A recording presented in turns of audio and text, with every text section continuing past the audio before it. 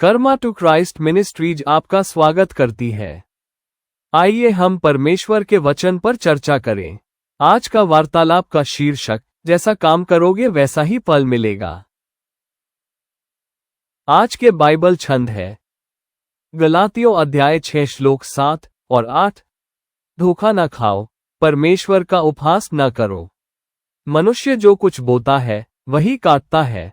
जो मनुष्य के द्वारा बोता है वो मनुष्य के द्वारा ही विनाश काटेगा, परंतु जो आत्मा के द्वारा बोता है वो आत्मा के द्वारा अनंत जीवन काटेगा। मत्ती अध्याय 7 श्लोक 12। इसलिए जो कुछ तुम चाहते हो कि लोग तुम्हारे लिए करें, तुम भी उनके लिए वैसा ही करो, क्योंकि व्यवस्था और भविष्यद्वक्ताओं का सारांश यही है। एक श्लोक जिसने वास्तव में मेरे जीवन में ईश्वर का भय डाला वो था जब मैंने पढ़ा कि ईश्वर का उपहास नहीं किया जाएगा। अचानक मेरे सारे झूठ, षड्यंत्र, झूठे मुखौटे, पाखंडी शब्द, छिपे हुए पाप और झूठी मुस्कान मेरे आरोप लगाने वाले बन गए। मुझे हमेशा लगता था कि मैं पाप करना जारी रख सकता हूँ, फिर क्षमा मांग सकता हूँ, फिर दोबारा पाप कर सकता हूँ और बिना किसी परिणाम के क्षमा मांग सकता हूँ।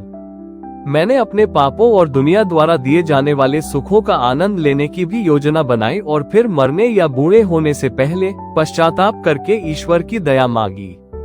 ये सब तब तक काम कर रहा था जब तक मुझे अंततः समझ में नहीं आया कि ईश्वर अंधा, बहरा या मूर्ख नहीं है। यह एक डरावनी स्थिति थी क्योंकि मुझे पता था कि बाइबल के अनुसार मैं अपने पापों के लिए अनंत काल तक भुगतान करने के लिए नरक में समाप्त हो जाऊंगा। हालांकि बाइबल ने मुझे ये भी सिखाया कि मैं पश्चाताप कर सकता हूँ और एक साफ स्लेट के साथ शुरुआत कर सकता हूँ अगर मैंने मसीह का अनुसरण करने और उसकी आज्ञा मानने का चुनाव किया। हमारे द्वारा लिए गए हर निर्णय और हम किसे आशीर्वाद देते हैं या किसे चोट पहुँचाते हैं, इस बारे में परमेश्वर बहुत गंभीर है। जब हम दे सकते हैं या मदद नहीं करते हैं तो हम अप्रत्यक्ष रूप से उन लोगों को दर्द पहुँचाते हैं जिन्हें हमारी मदद की जरूरत है। साथ ही हम जो आशीर्वाद दे सकते थे उसे हम बोकर और बदले की उम्मीद करके परमेश्वर से प्राप्त कर सकते थे, उसे रद्द कर देते हैं।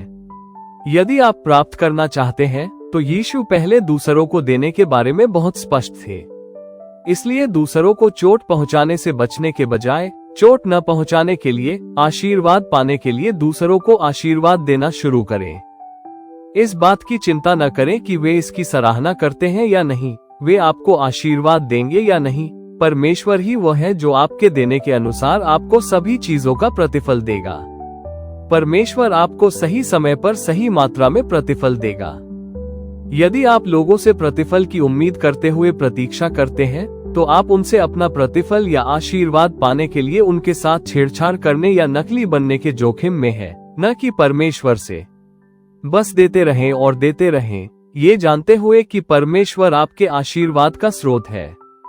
यदि हम केवल संसार में बोते हैं तो हम संसार द्वारा प्रदान किए जाने वाले भ्रष्टाचार को ही काटेंगे, लेकिन यदि हम परमेश्वर के राज्य में बोते हैं तो हम आध्यात्मिक रूप से बोते हैं और फसल आध्यात्मिक होती है। आध्यात्मिक रूप से धन्य होने से ये हमारे जीवन के हर क्षेत्र को सकारात्मक रूप से प्रभावित करेगा, गुना करेगा और समृद्ध करेगा। बॉब गेस्ट ने कहा था, आप हमेशा वही नहीं काट सकते जहां आप बोते हैं या जब आप बोते हैं, लेकिन आप हमेशा वही काटेंगे जो आप बोते हैं। आइए प्रार्थना करें। यीशु, आप उसकी महिमा की चमक, अंतिम आदम और सच्ची दाखलता है। आपकी प्रेमपूर्ण दयालुता और आपके द्वारा किए गए सभी कार्यों में न्यायपूर्ण होने के लिए धन्यवाद पिता। आपका धन्यवाद कि यदि हम अपने पापों का वास्तव में पश्चाताप करते हैं तो हमें क्षमा किया जा सकता है और हमारा अतीत धुल सकता है। आपकी कृपा, प्रेम और दया को हल्के में लेने के लिए हमें क्षमा करें। हमें ये सोचने के लिए क्षमा करें कि हम आपको मात दे सकते हैं और हम आपसे झूठ बोल सकते हैं। हमें लोगों को केवल तभी देने के लिए क्षमा करें जब हम उनसे बदले में हमें देने की अपेक्षा करते हैं। हमें अपने आसपास के लोगों की जरूरतों को देखने और जब भी संभव हो मदद करने के लिए करुणामय हृदय दें। हम घोषणा करते हैं कि आज से हम आत्मा में बोना शुरू करेंगे और शरीर के सभी कार्यों को अस्वीकार करेंगे। हम घोषणा करते हैं कि हम संयम से बोएंगे और भरपूर फसल काटेंगे। आपका धन्यवाद कि हम आपके वादों पर भरोसा कर सकते हैं और इस बात पर दृढ़ रह सकते हैं कि आपके राज्य के लिए हम जो कुछ भी करेंगे वो सफल होगा। हम घोषणा करते हैं कि हम अतीत में बोए गए सभी आशीर्वादों की फसल देखेंगे।